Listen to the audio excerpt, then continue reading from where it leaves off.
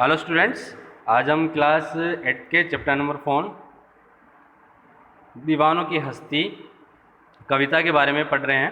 और इस कविता के जो कवि हैं वह है भगवती चरण वर्मा जी।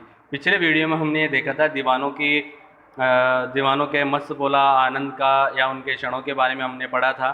तो हमने यही जाना कि जो दीवाने होते हैं यानी ज़िंदगी को जो अपने तरीके से जीने वाले लोग जो होते हैं वो संसार के लिए क्या लेकर आते हैं, यानी खुशियाँ लेकर आते हैं, उनके दुखों को दूर करने आते हैं और खुशियाँ फैलाने आते हैं। ऐसे जब उनका आना होता है तो उनके लिए काफ़ी आनंद के क्षण होते हैं, लेकिन जैसे इस दुनिया से चले जाते हैं यानी उनके पास से चले जाते हैं तब उनके लिए क्या होता है, वो दुखी का माहौल हो जाता है, यानी वह क्षण जो होता है उनके लिए असहनीय हो जाता है। लेकिन फिर भी जो ऐसे दीवाने होते हैं जो अपनी ज़िंदगी से प्रेम करने वाले होते हैं वे कभी भी एक जगह पर बैठकर रहना नहीं चाहते हैं। उनका काम जो होता है वो दुनिया को, संसार को सुखी पहुंचाना होता है, प्रसन्नता फैलाना होता है।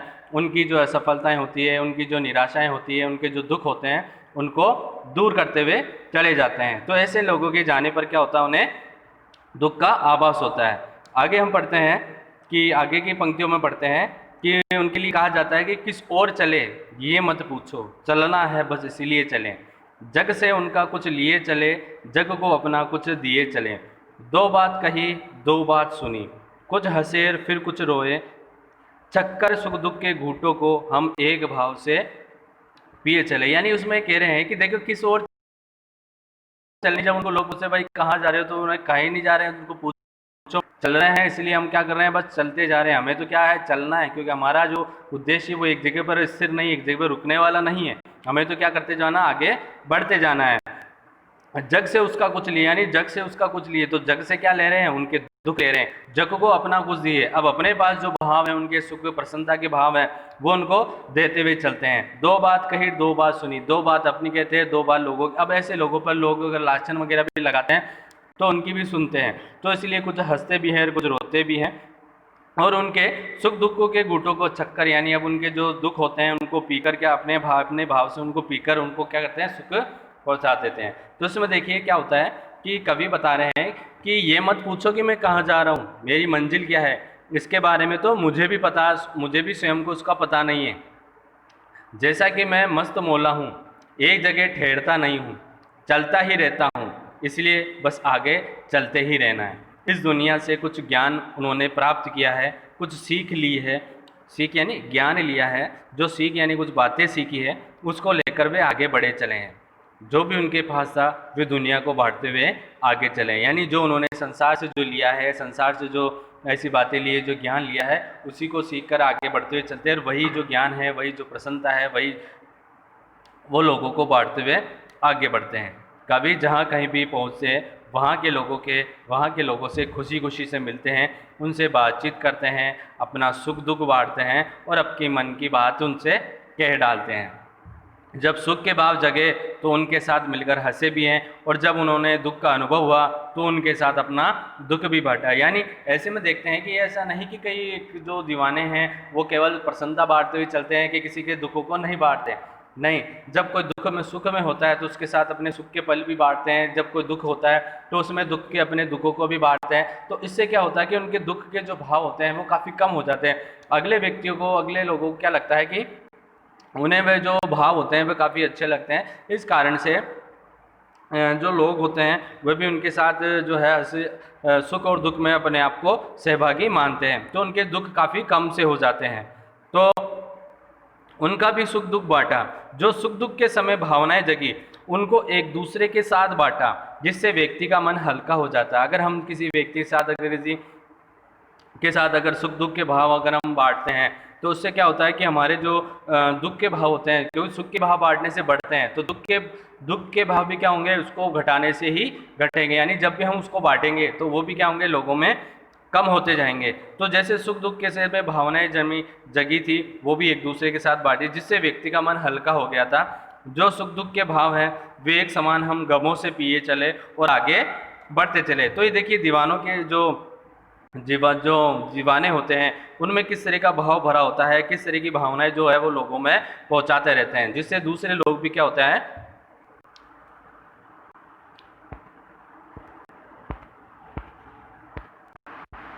तो आगे देखिए इसमें कवि क्या बताना चाहते हैं कि कवि बताना ही चाहते हैं कि दीवानों के आनंद का मार्ग क्या है, ये वो बताना नहीं चाहते हैं। वे केवल आनंद के मार्ग में चलना चाहते हैं, यानी किस ओर चले ये मत पूछो, यानी वे जो जिस मार्ग पे जाना चाहते हैं ये मत पूछो, ये बताना नहीं चाहते हैं। केवल वे आनंद के मार्ग पर चलना चाहते हैं, यानी जो वे मार्ग चुनेंगे उसी को क्या कर देंगे, आनंद में बना दे। चाहे उन्होंने कठिन रास्तों को चुना है, चाहे उन्होंने दुख के रास्तों को चुना है, लेकिन जिस रास्ते पे निकलेंगे उस पर क्या करेंगे, उसे आनंद के साथ उस पर बढ़ते ही जाएंगे, उस पर प्रसन्नता फैलाते ही जाएंगे। गति ही जीवन, यानी बढ़ते रहना ही क्या है, ये जीवन है। इसे रुकने का नाम जीवन नहीं, जड़ता ही मृत्यु। अगर हम कहीं ठहर जाते हैं, रुक जाते हैं, तो वह हमारी मृत्यु के समान होती है। इस भाव को वे मानते हैं। संसार से जो कुछ भी ग्रहण करते हैं उसी का वे समरूपी वापस करते हैं, यानी संसार से जो कुछ लेते हैं उसी को इसी रूप में उसको उस दुनिया को प्रदान कर देते हैं। जितना लिया उतना दिया वाला भाव दीवानों का मूल मंत्र है। जीवन में सुख दुख, रात दिन, खुशी गम लगा रहता है, ये जीवन के साथ चलता रहता है। मानव मात्र इसी में लिप्त होकर अपना जीवन बिताता है, लेकिन दीवाने इसे अनासक्त रहते हैं।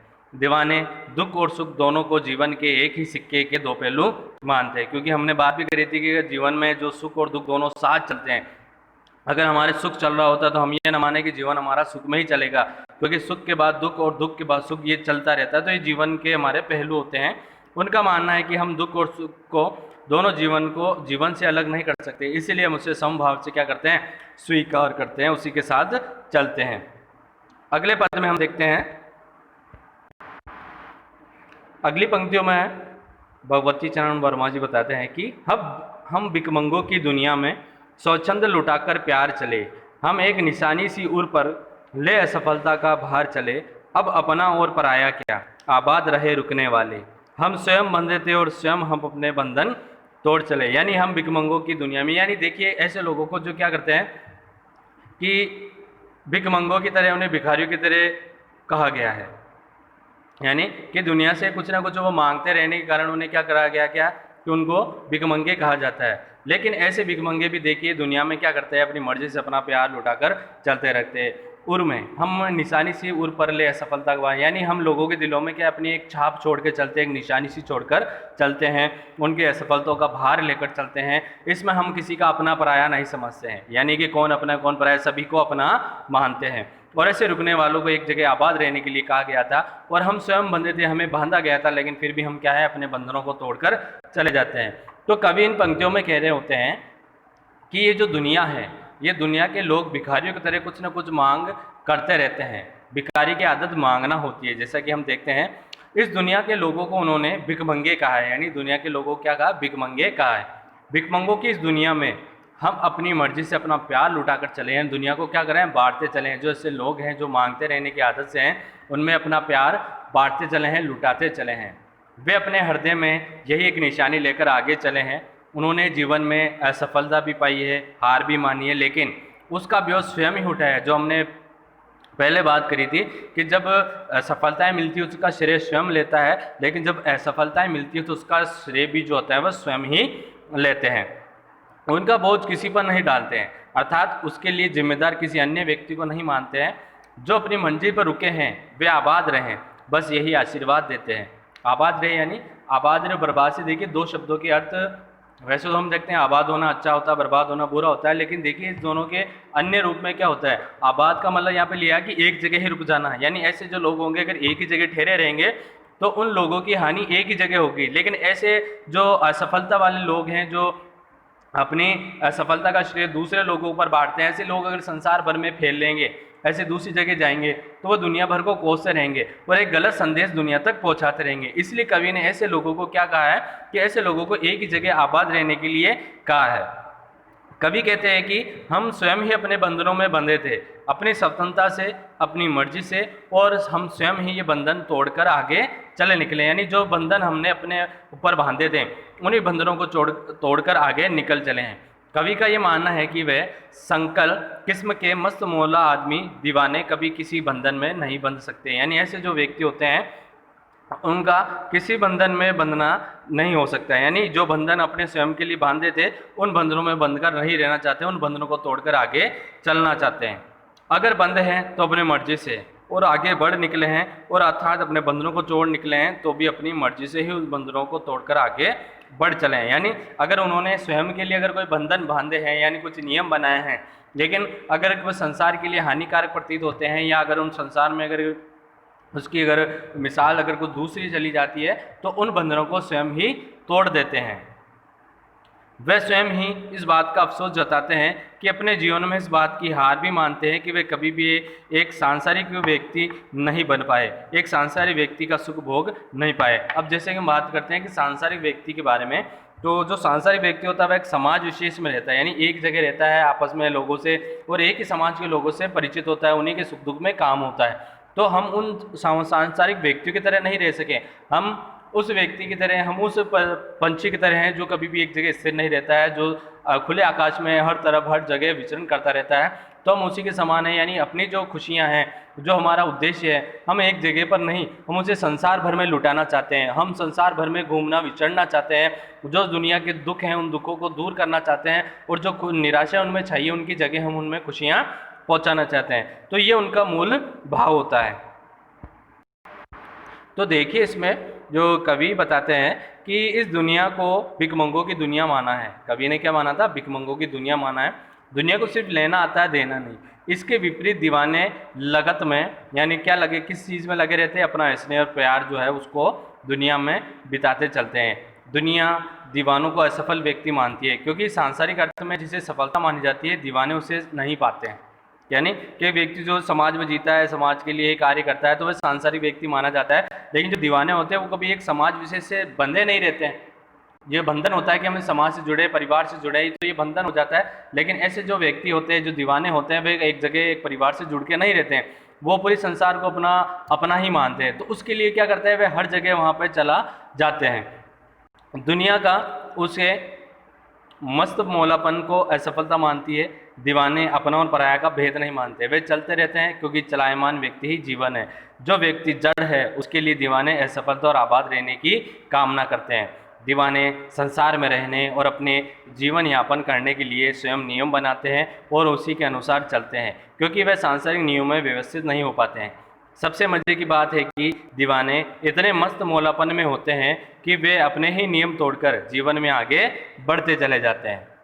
तो ये थी हमारी भगवती चरण वर्मा की कविता दीवानों की हस्ती, जिसमें उन्होंने दीवानों के जो संसार होते हैं उसके रूप से हमें परिचित कराया था, उनके कर्तव्यों के बारे में बताया था, उनकी जो प्रसन्नता फैलाने वाली, निराशा को बहाने वाली चीज़ों से परिचित कराया था, और दीवाने जो संसार होता है वो उन्हें किस रूप से पहचानता है, लेकिन फिर भी उनके आने और जाने से लोगों को सुख और दुख का भाव होता है। आगे हम प्रश्नोत्तरों की बात करते हैं कि कवि ने अपने आने का उल्लास और जाने को क्या माना है? आंसू बनकर बह जाना क्यों कहा है? तो इसमें देखिए कि कवि के अनुसार दीवानों का जीवन मस्त मौलापन लिए रहता है। वे संसार में सभी की भलाई के लिए कार्य करते हैं, दूसरों का सुखी रहना उनका मूल मंत्र है। यही कारण है कि आम जनता बहुत दुखी हो जाते हैं, वे उनके आने की प्रतीक्षा करते हैं, उनके चले जाने पर दुखी होते हैं। हालांकि दीवाने एक जगह पर रुकते नहीं हैं, क्योंकि उनका जीवन क्या है? चलायमान है, और सभी की सेवा करना दीवानों का धर्म होता है। दूसरा प्रश्न देखें कि भिखमंगों की दुनिया में बेरोक प्यार लुटाने वाला कवि ऐसा क्यों कहता है कि वे अपने हृदय पर असफलता का एक निशान भार की तरह लेकर जा रहा है? क्या वह निराश है या प्रसन्न है? तो देखिए इसमें कि कवि दीवानों के अनुसार दुनिया को भिखमंगों की दुनिया मानता है। तो दीवाने जहाँ अपना प्रेम सभी को लुटाते चलते हैं, वे इतना सरल होते हैं कि अपना पराया का भेद नहीं समझते हैं, सभी के प्रति करुणा भाव रखते हैं। यही उनकी सरलता को दुनिया असफलता मान लेती है। दुनिया जहाँ अपने पराये का भेद करते हैं, अपनी कुत्सित स्वार्थों की पूर्ति में लिप्त रहते हैं, वही दीवाने सभी के प्रति अनासक्त भाव रखते हैं। दुनिया भले ही इसे असफलता माने, लेकिन दीवाने अपनी असफलता पर भी प्रसन्न हैं और संसार की भलाई के लिए लीन रहते हैं, यानी तत्पर रहते हैं। कविता में ऐसी कौन सी बात है? तीसरा प्रश्न है कि कविता में ऐसी कौन सी बात है जो सबसे आपको अच्छी लगती है? तो देखिए इसमें कि हमें दीवानों की हस्ती कविता जो है प्रेरणादायी लगती है, और हमने जैसे बात भी करी थी, काफ़ी महत्वपूर्ण कविता रही थी कि कुछ संदेश कवि ने पाठकों को दिया है, जिसमें प्रमुख है कि हमें जीवन के सुख दुख के प्रति समान भाव रखना चाहिए। जैसे कि हमने पाठ के जरिए बात करी थी सुख और दुख दोनों हमारे लिए क्या होते हैं, समान होते हैं, तो दोनों में हमारे समान भाव रहने चाहिए। सभी लोग भले ही सांसारिक पद प्रतिष्ठा को पाने में तल्लीन हो, हमें दीवानों की तरह जगत की भलाई में ही लगे रहना चाहिए। भले ही दुनिया हमें असफल माने, हमें केवल मानव जीवन को समृद्धशाली बनाने में लगे रहना चाहिए। तो ये हमारे थे प्रश्न और इनके उत्तर भी साथ में थे। तो ये पाठ और प्रश्न उत्तर अच्छे समझ में आया होगा, तो प्रश्न उत्तर जरूर कीजिएगा। धन्यवाद।